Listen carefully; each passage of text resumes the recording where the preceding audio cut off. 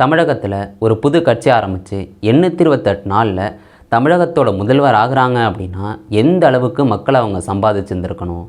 எலெக்ஷனும் நடக்குது, நினச்சி கூட பார்க்க முடியாத ரிசல்ட் வருது.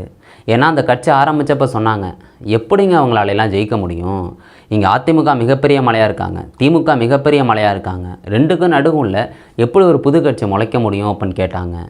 59 வருஷ காலமாக திமுக அதிமுக தான் தமிழ்நாட்டை மாற்றி மாற்றி ஆண்டாங்க. 1967 பிடிச்சது திமுக சரியாக ஆட்சி பண்ணலைன்னா அதிமுக, அதிமுக சரியாக ஆட்சி பண்ணலைன்னா திமுக. இது மட்டும்தான் மக்களோட மனசில் இருந்துச்சு. அதுக்கப்புறம் ஒரு சில கட்சிகள் உருவானுச்சு. பட் யாராலையுமே பெரிய லெவலில் ஜெயிக்க முடியலை. ஆனால் 2024 ஆரம்பிக்கும் போது விஜய் அவங்களையும் தப்பு கணக்கு போட்டாங்க, இதே மாதிரி கட்சிகளாக இது இருக்கும் அப்படின்ட்டு. ஆனால் அவங்க அப்படி இல்லை. ஏன்னா சினிமாவில் அந்தளவுக்கு மக்களை சம்பாதிச்சாங்க. அது இங்கே நிஜ வாழ்க்கையில், அதாவது அரசியல் வாழ்க்கையிலையும் அது கை கொடுத்துச்சு. எல்லாரும் ஓட்டு போட போனாங்க. நினச்சி கூட பார்க்க முடியாத ரிசல்ட் வந்துச்சு. 108 இடங்களில் தனிச்சே வெற்றி பெற்று கூட்டணிக்காக பல இடங்களில் போராடி இப்போ ஆட்சியும் அமைச்சிட்டாங்க. இப்போ என்ன நடந்துக்கிட்டு இருக்குது அதை தான் உங்கள்கிட்ட சொல்ல போகிறேன். எல்லாருக்கும் வணக்கம், நான் தான் பாலாஜி பேசுகிறேன். தமிழக அரசியலில் மறக்க முடியாத நாள் மே 4. ஏன்னா வித்தியாசமான எலெக்ஷன் முடிஞ்சிருக்கு, என்ன ரிசல்ட்டு வரப்போகுது அப்படின்னு எல்லாருமே காத்துக்கிட்டு இருந்தாங்க. நினச்சி கூட பார்க்க முடியாத ரிசல்ட்டு. தளபதி விஜய் அவங்க 108 சீட்டை பிடிச்சாங்க. இன்னும் 10 சீட்டு பிடிச்சிருந்தா தனிப்பெரும்பான்மையாக ஆட்சி அமைச்சிருந்துருக்கலாம். இந்த 10 சீட்டுக்காக அந்தளவுக்கு போராடி இருந்திருக்காங்க. காங்கிரஸ் உடனே வந்துட்டு, ஆனால் மற்ற கட்சிகள் வரவே இல்லை. இதுக்காக பல கட்டம் பேசி 4-5 நாள் கழித்து போராடி அந்த சீட்டு கிடைக்குது. இப்போதைக்கு 120 சீட்டு அவங்க கையில் இருக்குது. எல்லா கடிதத்தையும் கொண்டு போய் அவங்க ஆளுநர்கிட்ட கொண்டு கொடுக்குறாங்க. ஏன்னா ஆளுநரை 4வது வாட்டி சந்திக்கிறாங்க. நேற்றைக்கு நம்மளோட பொறுப்பு ஆளுநர் கேரளா போகிறதா இருந்தது. பட் தளபதி விஜய் அவங்க போய் சந்தித்து இந்த கடிதம்லாம் கொடுத்தோன்னே ஓகே, தளபதி விஜய் அவங்கள முதலமைச்சராக பொறுப்பேற்க வச்சுட்டு நம்ம போவோம் அப்படின்னு முடிவு பண்ணுறாங்க. அதுக்காக இன்றைக்கி நேரு உள்விளையாட்டு அரங்கத்தில் பயங்கரமான பணிகள்லாம் நடந்தது. இன்றைக்கி காலையில் 10 மணிக்கு விழா ஆரம்பிக்குது. எல்லோரும் வராங்க. டிவிகேவோட தொண்டர்கள், அவங்க அப்பா அம்மா, விஜயோட அப்பா அம்மா, அதையும் தாண்டி த்ரிஷா நடிகை, அப்புறம் இன்னும் சில நடிகர்கள் அப்படின்னு எல்லாருமே வந்திருந்தாங்க. அதையும் தாண்டி அப்புறம் ஜெயிச்ச எம்எல்ஏக்கள், அவங்க அமைச்சர்கள் எல்லாரும் வந்திருந்தாங்க. அப்புறம் ஆளுநர் ராகுல் காந்தி அவங்க இப்போன்ட்டு ஒரு பெரிய ஒரு படையை அங்கே இருந்தது. ஆளுநர் அவங்க வந்ததுக்கப்புறம் உடனேவே அந்த விழா ஸ்டார்ட் ஆகுது. ஆனால் முதல்லையே சர்ச்சையான விஷயம் என்னென்னா, ஃபஸ்ட்டு வந்தே மாதரம் பாடினாங்க, 2வது தேசிய கீதம் பாடினாங்க, 3வதாக தமிழ்த்தாய் வாழ்த்து பாடினாங்க. இது எப்படி நியாயமாக இருக்கும் அப்படின்னு எல்லோரும் கேட்க ஆரம்பித்தாங்க.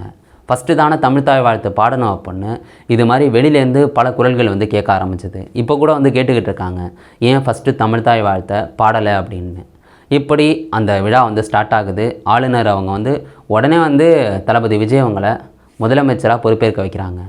இவங்க சி ஜோசப் விஜய் எனும் நான் அப்படின்னு சொன்னோன்னே பயங்கரமான சத்தம். ஒரு ஆடியோ லான்ச் நடந்தாலே எந்த அளவுக்கு சத்தம் இருக்கும் அப்படின்னு நம்மளுக்கு தெரியும். இவங்க முதலமைச்சராக பொறுப்பேற்கிறாங்க. அதுவும் வெறும் 828 நாளில் முதலமைச்சராக பொறுப்பேற்கிறாங்க. இவங்களுக்கு பின்னாடியே அமைச்சர்கள் பதவியேற்கிறாங்க. புஷி ஆனந்த், ஆதவ் அர்ஜுனா, செங்கோட்டையன், அதை தாண்டி பார்த்துட்டிங்கன்னா கீர்த்தனா அப்படின்னு சொல்லப்படுற லேடி. இவங்க பார்த்துட்டிங்கன்னா ஒரு 29-30 வயசாக ஆகுது. 5 லாங்குவேஜ் பேசுவாங்களாம். அப்படிப்பட்டவங்களுக்கும் டிவிக்கு அவங்களோட அரசாங்கத்தில் அமைச்சரவை பதவி கிடச்சிருக்கு. இப்படி எல்லாமே முடியுது. ஆளுநரும் போயிடுறாங்க. செல்ஃபி வீடியோ எல்லாம் முடிச்சிடுறாங்க. கையெழுத்து என்ன போட போகிறாங்கன்னு மிகப்பெரிய கேள்வி இருந்துச்சு. அவங்க அந்த மேடையில் வச்சு கையெழுத்து போடுறாங்க, 200 யூனிட்டு கரண்ட் ஃப்ரீ அப்படின்னு.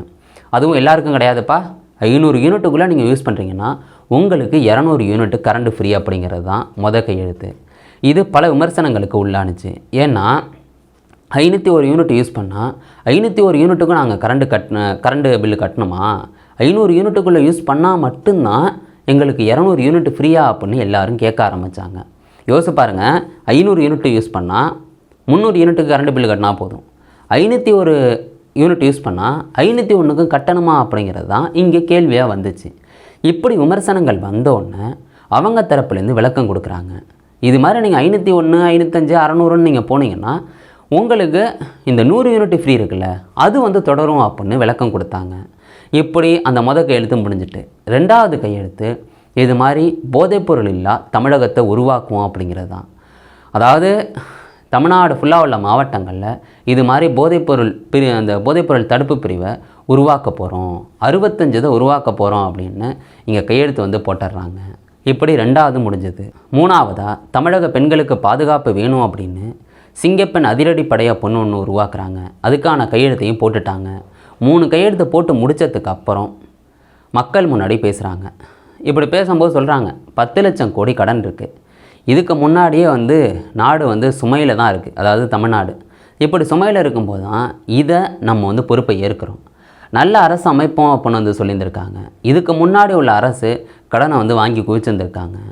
நாங்கள் உள்ளே போய் பார்த்து உள்ளே என்ன இருக்குது என்ன இல்லை அப்படின்னு பார்த்துட்டு தான் நாங்கள் முடிவெல்லாம் எடுக்கணும், எங்களுக்கு கொஞ்சம் அவகாசம் கொடுங்க அப்படின்னு கேட்டிருப்பாங்க.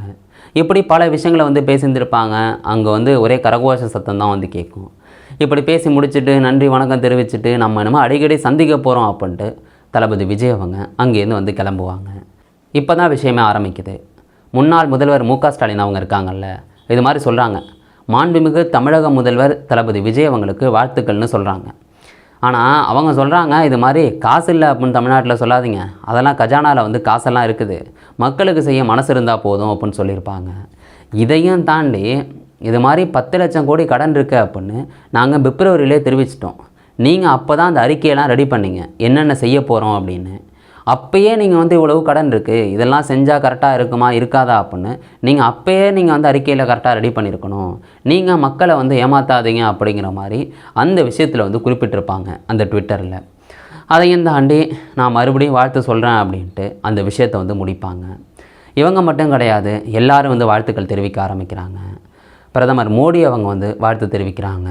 அப்புறம் ராகுல் காந்தி அவங்க வாழ்த்து தெரிவிக்கிறாங்க. பிரேமலதா விஜயகாந்த் அவங்க வாழ்த்து தெரிவிக்கிறாங்க. எல்லாருமே வாழ்த்து தெரிவிக்கிறாங்க. எந்த பிரச்சனையும் கிடையாது. எல்லாமே முடியுது. வாழ்த்துக்கள்லாம் வந்துடுது. தளபதி விஜய் அவங்க முதலமைச்சர் விஜயா தலைமைச் செயலகத்துக்குள்ளே போகிறாங்க. அங்கே போனதுக்கப்புறம் அமைச்சர்கள்லாம் போகிறாங்களா, அங்கே போயிட்டு அந்த சீட்டில் உட்காடுறாங்க. அங்கே கையெழுத்து பார்த்துட்டிங்கன்னா தற்காலிக சபாநாயகரை உருவாக்குறதுக்காக, ஏன்னா சபாநாயகர் வேணும் இல்லை, அதில் கையெழுத்து போடுறாங்க. சோழவந்தான் எம்எல்ஏ கருப்பையா அவங்க தான் தற்காலிக சபாநாயகர் அப்படின்னு கையெழுத்தை போட்டு அதையும் முடிக்கிறாங்க. எல்லாமே நடந்துக்கிட்டு இருக்கு. ஆளுநர் அவங்க பார்த்துட்டிங்கன்னா மே 13ஆம் தேதிக்குள்ளே பெரும்பான்மை சட்டமன்றத்தில் நிரூபிக்கணும் அப்படின்னு சொல்லியிருக்காங்க. இப்போ என்ன மே 10ஆங்க, மே 13க்குள்ளே இதை பண்ணுங்கன்னு சொல்லியிருக்காங்க. ஏன்னா 120 எம்எல்ஏக்கள் ஆதரவு கடிதம் கொடுத்துருக்காங்க, அங்கேயே நிரூபிக்கணும்ல. இப்படி பல விஷயங்கள் தமிழக அரசியலில் நடந்துக்கிட்டு இருக்கு. தளபதி விஜய் அவங்க எந்த மாதிரி ஆட்சியை கொடுக்க போகிறாங்க, என்னென்ன பண்ண போகிறாங்க அப்படிங்கிறத பொறுத்திருந்து தான் பார்க்கணும். இத்தனை வருஷம் பல முதலமைச்சர்கள் தமிழகத்தை ஆண்டிருக்காங்க. இவங்கள மாதிரி இல்லாமல் இவங்க வித்தியாசமாக ஆள போகிறாங்களா, இல்லாட்டி அதே மாதிரி தான் இந்த ஆட்சி இருக்குமாங்கிறதையும் பொறுத்திருந்து தான் பார்க்கணும். தமிழ்நாட்டோட கடன் 10 லட்சம் கோடி இருக்குது. இதை இவங்க குறைக்க போகிறாங்களா, இன்னமும் ஏற்ற போகிறாங்களா, இல்லாட்டி எப்படியும் கடன் வாங்குகிற நிலைமைக்கு தான் போவோம். ஏன்னா கடன் இல்லாமல் இந்த பட்ஜெட்லாம் போடுறதுன்னா வாய்ப்பு இல்லாத விஷயந்தான். அதனால் எவ்வளோ கடன் வாங்க போகிறாங்க, என்ன பண்ண போகிறாங்கங்கிறத இவங்க ஆட்சி பண்ண தான் நம்மளுக்கு தெரியும். எல்லாமே நன்மைக்கே அப்படின்னு சொல்லிட்டு இந்த வீடியோவை முடிப்போம். நீங்கள் அதை பற்றி என்ன நினைக்கிறீங்க, எப்படி ஆட்சி பண்ணுவாங்கன்னு நீங்கள் நினைக்கிறீங்க? உங்களுக்கு என்ன தோணுதோ அதை கீழே கமெண்ட் பண்ணுங்கள். நாளைக்கு இன்னொரு வீடியோவில் நான் உங்களை சந்திக்கிறேன். Bye guys.